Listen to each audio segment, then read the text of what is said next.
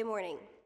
Investing in early learning programs through high-quality childcare programs, as well as pre-K, is a proven effective strategy to develop better prepared students and support parents as they engage in the workforce.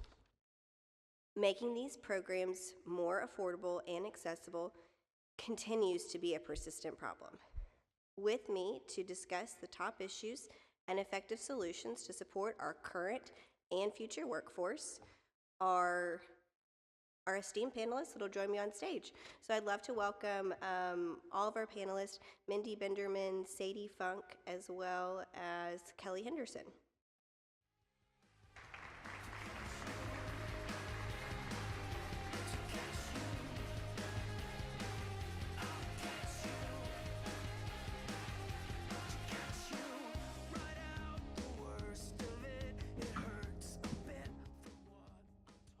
Good morning, ladies. Thanks so much for joining us today to have this great discussion.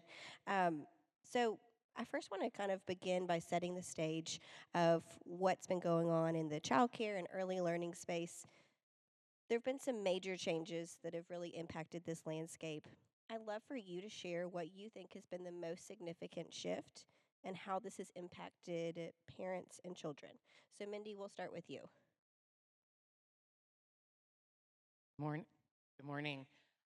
There have been, as you said, a lot of shifts, but the most significant right now is around the end of COVID era funding for childcare. We got about, in Georgia, almost $2 billion during the COVID era to support high quality childcare across the board. So childcare providers got stabilization grants. They were called stable grants from our Department of Early Care and Learning that came monthly. There were also payments made to teachers to keep teachers in the workforce and opportunities to make childcare more affordable for Georgia's hardworking, low-income families. With the end of COVID funding, childcare costs have risen, and childcare providers have stopped getting those stable grants. And that has really caused some real challenges in childcare. We're worried about closures. We're worried about families disenrolling from childcare and potentially leaving the workforce because they can no longer afford childcare. So we can talk about some of the ways that we think the state can address that later, but that's what I would say is the biggest challenge right now. Absolutely. Thank you, Mindy. Sadie, I know you've more of a national perspective too. Again, I'd love to think about what you've seen in Georgia and then, the other communities that y'all are engaged in as well. Thank you. I think for us, the biggest shift we've seen is really our business leaders leaning in and stepping forward with responsive policies that support their working parents. We know that during COVID, many centers closed and didn't reopen. At the same time, COVID drove a 33-year low in women's workforce participation, which has now rebounded, yay. And a lot of that was due really to employers stepping forward with family-friendly policies. Meanwhile, now we do have everyone back in the workforce, but childcare spots didn't all return. And we have 75% of the workforce that are working caregivers. 2/3 of parents with children under the age of 6 have all parents in the workforce. And so there's a real need to fill that gap and understand how is the business community coming together alongside their employees to really partner. And the good news is that we are seeing them step forward. Within our Best Place for Working Parents National Network, we're seeing year upon year an increase in child care supports, whether that be focused on child care assistance, thinking about some on-site child care, but certainly that isn't the only solution, a lot more flexibility, and that is really promising. I'd also say we've also seen, just looking at backup child care alone, an increase up to 60%. Kelly, I would love to see too what y'all have seen, certainly in the West Georgia area as well as at Aflac, but what are those biggest kind of changes in the landscape that y'all have experienced? Yeah, I love hearing Mindy and Sadie because it's exactly what we're dealing with as employers right now. So, with COVID, prior to COVID, everybody was working in the office 5 days a week. And so then everybody went home and they were remote for several years. And as companies are now trying to bring people back, we have to shift and adjust our policies for working parents. So, at Aflac, we had 2 on-site facilities that closed down for a while, and then we've really struggled to get numbers back in. So we had to look at, okay, what kind of education are we providing? Does it make sense to have two centers when people are now working from home a couple days a week and maybe they're not coming into the office as much? And, we're hiring differently too. So employees aren't as close to our offices as they used to be. So we really have to shift and adjust our policies. And we ended up, we had two centers. We ended up closing one of our centers because we wanted to pour everything we could into the one and make it as best as we possibly could. So we got a new vendor to come in and really increase the education to make it where parents want to bring their children there. But we had to look at our policies and, allow for maybe part-time when they were doing full-time. And then Sadie, you mentioned backup care. And that's something that's becoming a very hot topic for us. And we're actually looking to implement a policy now to help with that. And I'm so glad y'all mentioned that too, because that is something that we consistently hear, especially from manufacturers. We've got to keep our lines running. We need to make sure we're making the product that we need. Our customers have those needs, but it's been something that's been really challenging because, like my daughter that woke up with 101-degree fever yesterday, I didn't anticipate that that was going to be what we needed. And so the ability to have that responsive network so you're able to continue to engage while supporting is super important. Yeah, another thing we're seeing, like to Mindy's point with the changes in the funding, is just making sure that it is affordable for people. So we've held tuition rates. We're not increasing. We haven't in the last couple of years because we just can't do that to our employees right now. Well, so much good stuff. Now we can kind of dig in a little bit deeper. Mindy, I know first want to kick it off to you because y'all have been doing some really interesting research on a lot of what's been going on this landscape to give some real hard numbers because we are data people around here. And so, Mindy, I'd love for you to talk a little bit more about that economic impact study that y'all are working on, a refresh of what y'all did a few years ago, and how y'all are kind of evaluating those numbers and what you've seen so far. Thanks, Danielle. Yeah, in 2018, we did an economic impact study on childcare challenges along with the Metro Atlanta Chamber. And and during that, we found that Georgia loses 1.5 billion with a B dollars annually in economic activity due to childcare challenges. We're redoing that study because the economy certainly looks very different than it did in 2018. And while I don't yet have the number, the dollar number, I have some of the data that I think is pretty significant to share. In 2018, parents were spending about an average of $363 monthly on childcare. That was an average amount. Now, today, the average has gone up 77%, despite AFLAC keeping rates steady. So they're spending about $642 a month, and many families are spending upwards of $1,000 a month. That's a tremendous change. We also asked families, so this was a survey we did where we surveyed families with children under 5. We also asked families about day-to-day disruptions due to childcare challenges. In 2018, families were losing about 3.5 days of work per 6 months due to childcare disruptions. Today, the average is 10.2 days per 6 months. Again, many of you probably are seeing that in your own businesses. Those disruptions impact business and they impact family. Every time we do this survey, we ask families if they or a member of their family within the last month has had to greatly change a job, leave a job, or turn down a promotion due to childcare challenges. And this time we found 29% of those surveys answered affirmatively. And then finally, this kind of blew our minds. And this was the first time we asked this question, but we asked families in the survey, again, they already have a child under 5, if they have intentionally delayed having additional children or made a decision not to have additional children due to childcare challenges. 53% of those surveyed answered yes.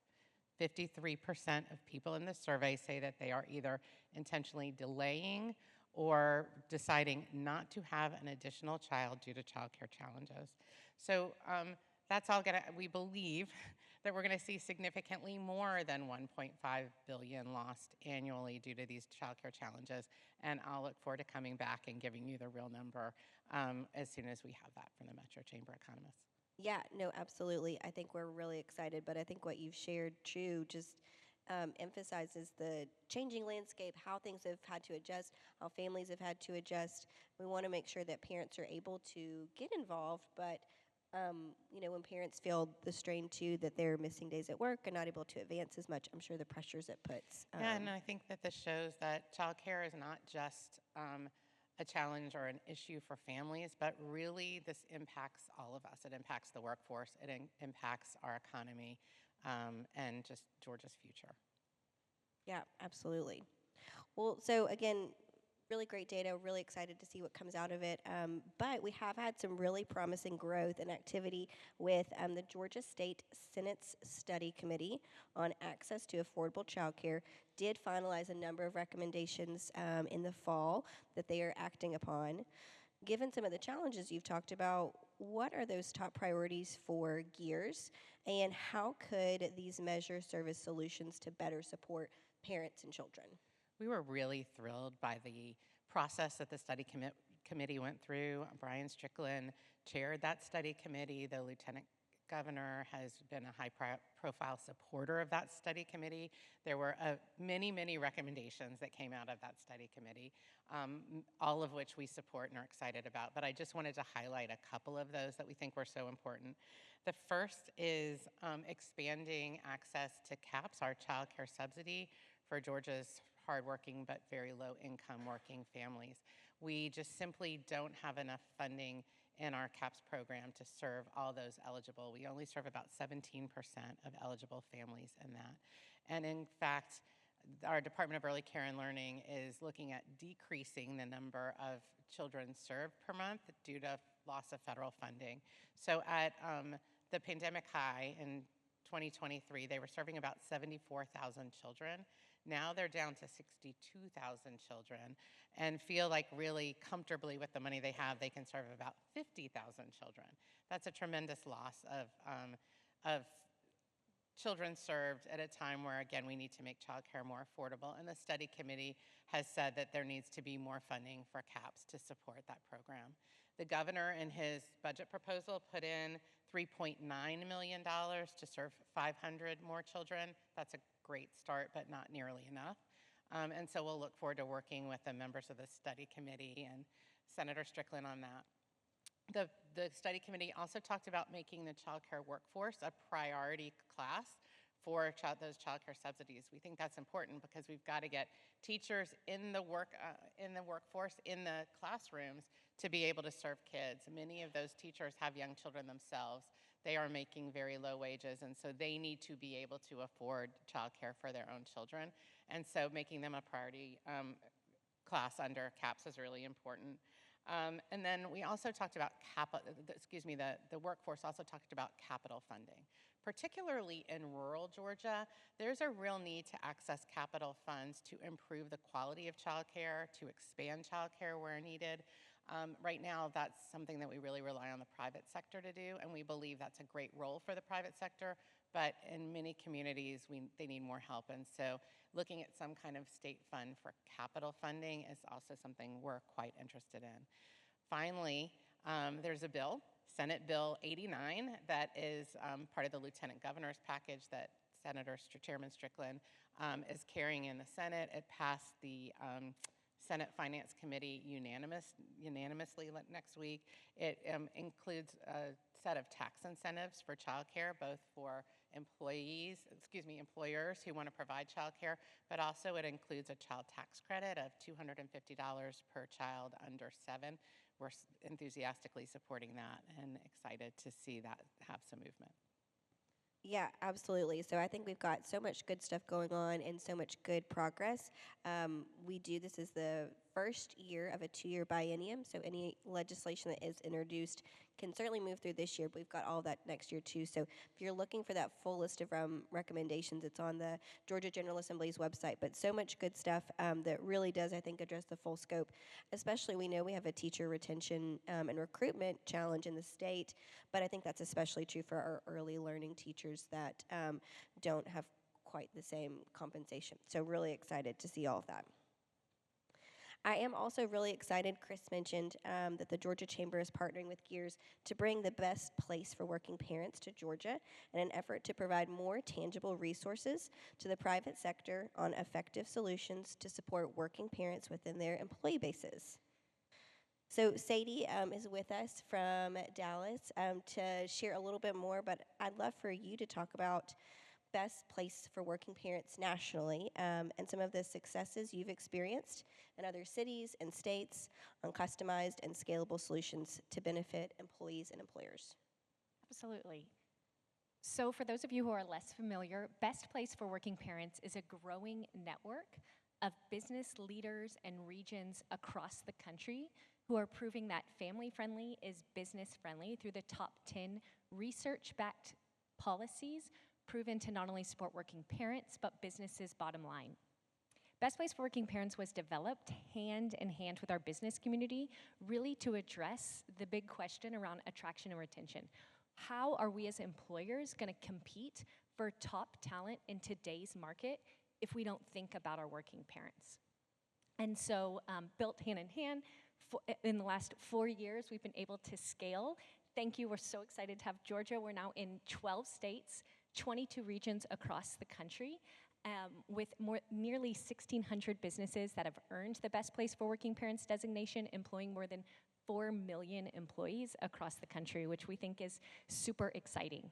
And at the core of Best Place for Working Parents, really the starting point is a 3-minute, free 3-minute self-assessment that business leaders can go through, see how they stack up across these top 10 policies compared to others of like size and industry, and then if they qualify, earn the Best Place for Working Parents designation at no cost. So with that blueprint, it shows you which policies are you providing that maybe others in your industry are or are not, and it really can act as a blueprint for business leaders to start thinking about what is that next policy we intend to implement that's really gonna make us stand out, both for our current employees and thinking about future employees. And when we talk to some of our business leaders across the country, they say this is their silver bullet in hiring, that they really wait to lead with this for that final interview when they know the candidate is maybe between them and a competitor down the street, and they wanna make sure they come to them and they say, look, we are a Best Place for Working Parents company. And what that means is that we want you to be just as successful at home as you are here at work. So also, what this means is that because we have businesses going through, letting us know what policies are they doing, also what are we doing really innovative that we think is unique to us, it really gives us an ear on the ground for what business leaders are trying to address and what they're seeing. And what we see is just business leaders are at the front of driving solutions forward. I'll highlight just a few examples that we found from across the network. So in healthcare, one of the ones I love to talk about is there's a large health and hospital system in Fort Worth that does a delayed start on the first day of school every year. And that's really to allow their employees, all employees, to be present, whether it's their kindergartner's first day of school or their senior's last first day at school, really being able to be present for moments that matter without thinking about what is the trade-off I'm making at work.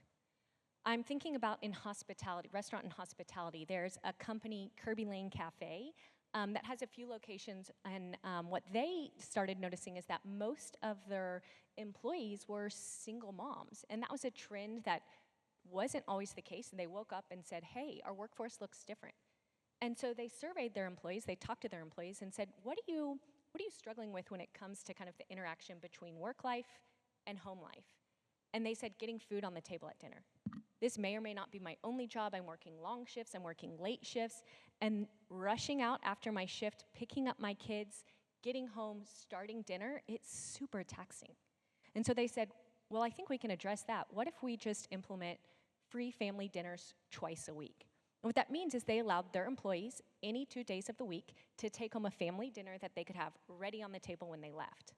And that was helpful, but then they heard from their employees, you know what would be more helpful? If someone else could pick it up. So then they made it so grandma or neighbor or babysitter, whoever it may be that's taking care of the children directly after school, can swing by, pick up that meal, have the children fed so that when mom or dad get home from work, they get to focus on moments that matter. They get to focus on connecting with their child, not standing by the stovetop and making sure there's food to put on the table.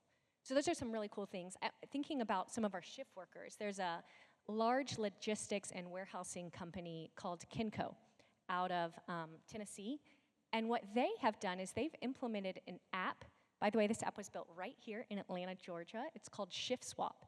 And what that provides is it provides their shift employees the autonomy to put a shift up for bid and then have another employee bid on it.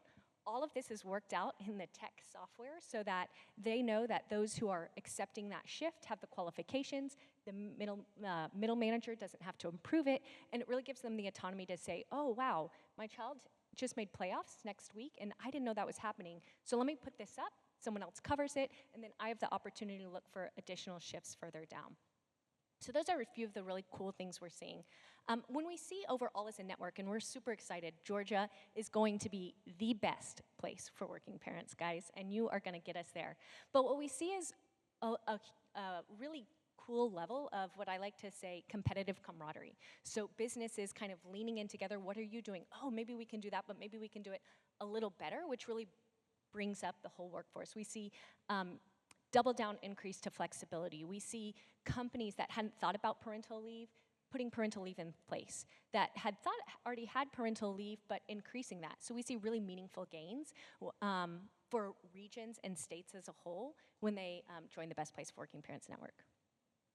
Well, Sadie, I think what was so exciting about what you shared was so many of those ideas are not things that are necessarily specific to young children or necessary to building a giant childcare facility, but really do provide more of this kind of flexible picture of how can we support it. And I think, Kelly, it kind of builds on what you shared about really being responsive to your employees, what they need, and then thinking through what you're getting that feedback, you're able to build a better picture for your employees and for you. But it's not kind of just as simple as providing on-site childcare. There's a lot more that can be done to support working parents. Absolutely. We always say and firmly believe there is no single bullet policy that you can implement, but it's really about the range of policies, the continuum of policies, the portfolio that comes together to support your working parents in your industry, in your region today. And that may look different in 3 years. So we really encourage businesses always survey your employees to understand what are they looking for, what are the benefits that are most important to them so you know not to cut those benefits or change those benefits, and then what are the challenges they're facing today that maybe they didn't before. I'm quoting a country made out of Iowa here, but the HR leader there has 2 questions she asks her employees annually. One is, what about your home life makes your work life hard? And what about your work life makes your home life hard? And she uses that really to guide their strategic vision of HR moving forward. And then lastly, one thing I will say, creative policies. Another one I love is we see a lot more companies doing pharmacy drop-offs, and that's a big game changer, especially if you think maybe you have a sick child at home, your spouse is the one who took them to the doctor, you know, your parent, whoever it was that did that, then when it's the end of the day, their prescription is already dropped off, ready to go. You get to head home and have that prescription. It's one less thing to do, one less step from being away from your sick child. Yeah, especially when they've gotten amoxicillin shortage and you've gone to 3 pharmacies that day. But Mindy, did you want to add something? I did, Sadie. One of the things that when the Georgia Chamber and Gears looked at best places for working families, one of the things we were so excited about was the fact that that this includes both the small companies, medium-sized companies, and large companies. And I just wondered if you could talk about kind of some of the solutions that smaller businesses have looked at as well as larger, because I think that that is something that makes the certification so unique. Absolutely, and we are so proud that over half of the Best Place for Working Parents companies are small and micro-sized businesses. So really making up the majority and kind of pushing against that myth that it's only for big companies. Additionally, our most recent national trends that was just released last week shows that small and micro-sized businesses are winning the race when it comes to family friendly. When we look at healthcare policies, we've seen that large businesses are actually taking a step back on providing healthcare to dependents, whereas small and micro-sized businesses are stepping forward and making those benefits more robust for their dependent healthcare, so for their dependents in healthcare. We also see them stepping forward with regards to childcare. So we've seen small and micro-sized businesses increase when it comes to childcare assistance, like a financial boost, or a dependent care FSA, backup childcare, and even on-site childcare. We're seeing them really step forward in ways that kind of are outpaced. And what we think is that they're really betting that they may not be able to compete across the board with the benefits of large businesses, but where they really want to compete is those responsive, family-friendly benefits, and that's going to be what really helps them hold on. There's a great article that Forbes did really highlighting this as well. And then I think thinking about like what are some of those small things, little things that make a difference.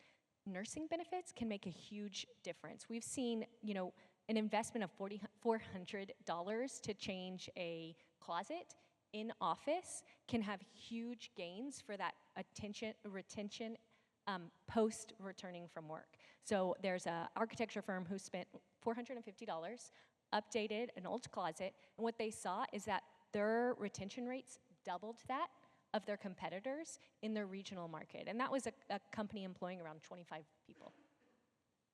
Thanks, Sadie. Well, Sadie, you've shared so much. Kelly, obviously, this is what y'all are living and breathing every day, and y'all have invested significantly in efforts to support working parents that are most important to your employees. Could you share what benefits have been most impactful for your employees, and how do you identify those programs and solutions that would be most effective? And, kind of how would you advise any employers that are looking to kind of take a similar path as y'all, continuing to do this evaluation? What have y'all found to be most helpful? Yeah, I think I want to build off of what Sadie said about flexibility. And I think about flexibility in two ways. One, being flexible with our employees, thinking about delayed start times, not being so rigid on you have to be here at 8 a.m., right? So if you have a child to drop off or things like that. So giving employees flexibility is key. We have to always be thinking about that. But it's also flexibility in our policies and thinking forward. Like, we're not just always going to do the exact same thing because we know that the exact same thing doesn't work long term. So we've got to constantly be listening to our employees and what it is that they need, right?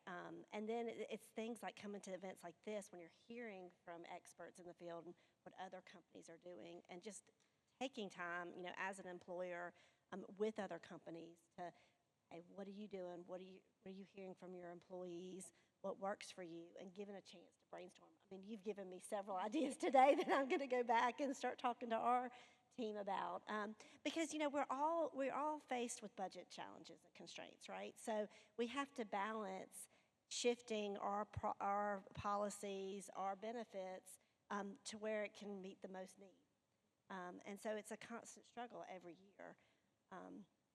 We try really hard to listen to our employees. We don't do like company-wide surveys all that much for what they need, but it's more of a conversation at Aflac. So we talk to people, we're out in the break rooms where we get recommendations and emails from our employees, and we really try to respond to those. I had one about our IVF care and just the maximum amount of that, and we had this one employee that's emailed us every year. Hey, it's great that y'all offer this, but that's really not enough for maximum. Can you please bring that forward? And we would talk to her every year and say, we're bringing it forward, and we were able to increase it this year. So, and then we went back to her and said, hey, we had you made a difference. So, we try it that way, just so employees can see that they do have a voice. I was just going to say, building on what you said, flexibility. We know that 73% of highly credentialed women who have left the workforce say they would have stayed had they had access to more flexibility alone. So not even, though other host of wonderful things, flexibility. So I love that y'all are leaning in, and also leaning in around flexibility of your policies. So leaning in around flexibility of the policies can be so important when you don't have all the employees that look the same, right? When you have employees that maybe some really have to be at a desk or at the front desk, and others may have opportunities for remote work. Eastern Bank, I don't know if it's this far south, but they're larger up in the Northeast. One of the things they did is, because they had a hybrid work schedule for majority of their employees, for those who have to be at the bank every day, they just gave them 3 additional days of PTO. Because they said, we understand that your schedule doesn't allow for the flexibility that we can give so many others, so here's 3 extra days. And that was so well received and supported by the rest of their employee base that it helped everyone. It just boosted morale overall. I think it's super exciting too, Kelly, what y'all shared, again, just being responsive to folks, making sure people know that they have a voice and that when they do speak up, that it's going to be considered and it's going to have a big focus. But, I can't help but think about the challenges. Obviously, y'all are running your business every day, trying to get a market, and then, of course, thinking about how do you continue to innovate in providing these offerings. So I think just the challenges for businesses on evaluating these and figuring out really how to be most responsive is something that can't be understated, that y'all are always continuing to innovate and learn and grow and try to figure out how to evolve. But it's something that's consistently a challenge, I think, for y'all, which is exciting. We're really grateful that y'all do make those investments to support your working parents. Thank you. Yeah, it is interesting, and just to how we have to change every year and keep moving forward. So just like the backup care, like a couple years ago, none of us really even knew what that was, right? And now we're implementing. Yeah, no, that's so exciting. Well, we've got one more question prepared, but if y'all have got questions in the audience, we're going to have a couple of staff members that will be able to walk around. So if you've got something, got a couple minutes to think about those questions. But again, understanding those current and emerging challenges, where do y'all see the greatest opportunity for government and the business community to partner to deliver solutions that increase access and affordability to high quality early learning programs around the state? And Kelly, we'll start with you this time. Sure. Yeah, I go back to what Sadie was saying, and just the partnership with businesses and kind of making it even a little bit of a competition. Like, and you said it yourself, it's as you're trying to attract talent, you can use this as, hey, we have a flexible work environment. We have all these policies for work and families, and use that to our advantage. So I think for us, that's really what we have to focus on, and just constantly trying to improve those policies. Absolutely. Sadie? I think it's transformational when you bring business leaders alongside government to really drive forward solutions, because it's those business leaders who have the reality of what's happening on the ground, the experience of what their employees need, and when that is able to inform the decisions of today, it really creates lasting solutions for tomorrow. Mindy? This has been really an exciting discussion to talk about ways that the private sector can support its own employees, but also how they might partner with government. And I think there are a couple of opportunities. So first, I'd ask all of you to please take that 3-minute little survey on best places for working parents, but also to engage during the legislative session on issues and opportunities to make childcare more affordable for families through increases to the CAPS childcare subsidy and improvements to Georgia pre-K, as well as support for the tax bills in Senate Bill 89. In addition to that, there are opportunities at a federal level as well as we look at potential cuts to Head Start, which serves about, so many kids in Georgia. I think it's about 64,000 children in Georgia. When Chris was talking about the needs for a workforce in the future, we know that starts with kids that are prepared in those really important years, those first 5 years where brain growth is so important, that set the foundation for learning and success later. And so I think that both as advocates, but also as advocates within their own businesses, business can partner with government. There's one additional thing, though, as you do all of that. We've also looked at some programs like TriShare, which is a program where basically business puts in a third, or private entities put in a third, government puts in a third for childcare, and then the private citizen pays a third to make childcare more affordable. I think those are things that in the future we might want to explore together. So there's lots of opportunities, and this conversation has been a great way to start them.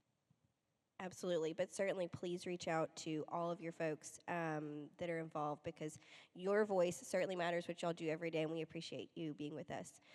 So we've got a couple of minutes if y'all have got questions.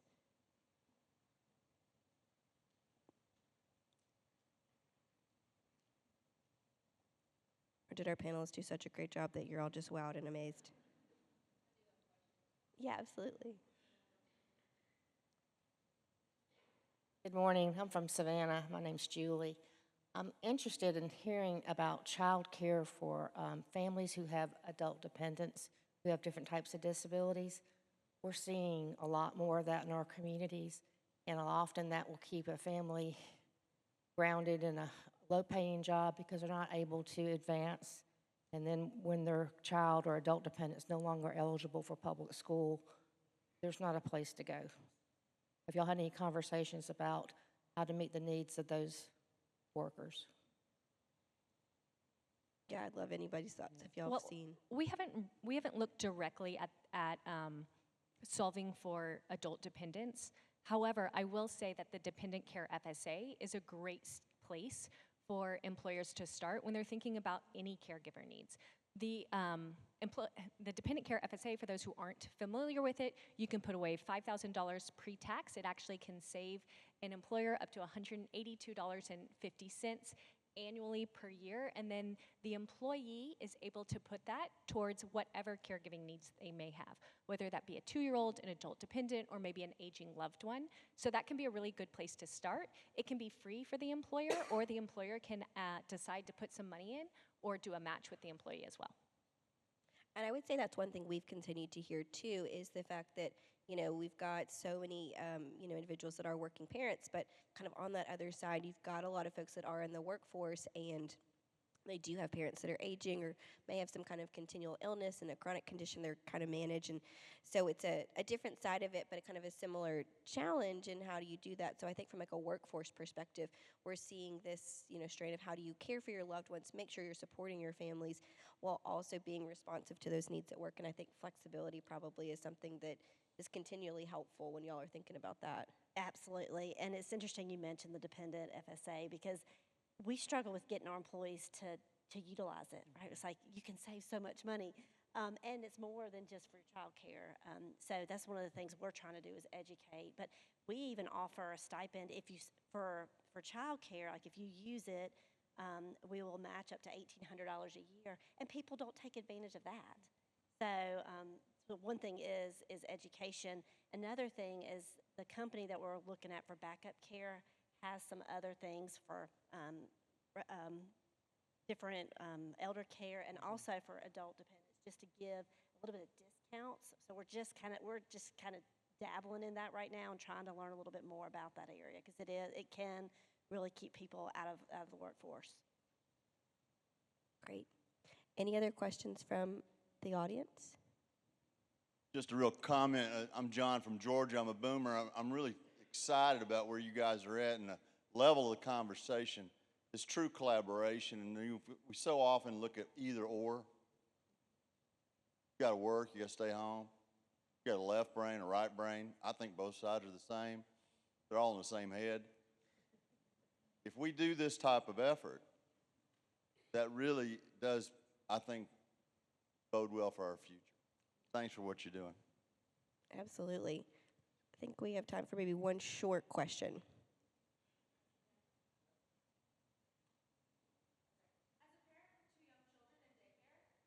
Struggling to understand why daycare is so expensive. I mean, beyond the obvious salaries and provisions for the children, what has changed if it's more expensive compared to costs in the past and inflation? I mean, could you get into that part of the puzzle, please?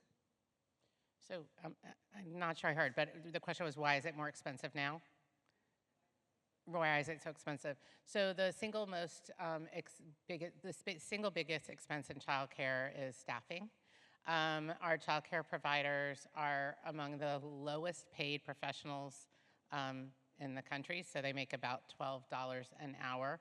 Many of them rely on public services themselves because they just can't afford those services. They cannot barely afford to work. So increasing salaries at a time where the job market is so good to make sure that they will stay in classrooms and be highly qualified and be the kind of nurturing, supportive teachers we need is a big part of that. We also need to keep ratios low. We don't want to have tons of kids in a classroom with just one or two teachers. That's not what we know is high quality. So ratios and teacher pay is really what contributes to a lot of the cost. Absolutely. Well, again, I want to say thank you all to all of y'all for your insights this morning.